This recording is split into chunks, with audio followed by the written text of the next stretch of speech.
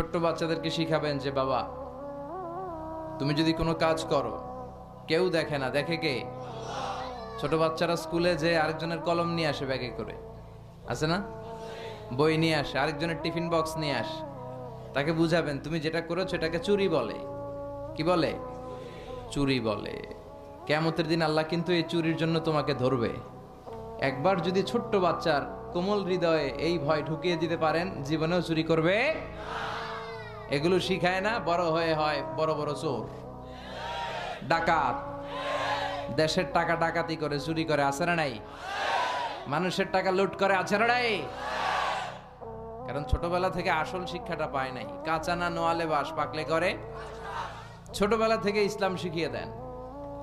ইসলাম বলে তোমার বাচ্চা জন্মগ্রহণ করেছে, নবজাতক শিশু, নিউ বর্ন বেবি, তার আমল নামা এখনো শুরু হয় নাই, 10 বছর পরে শুরু হবে।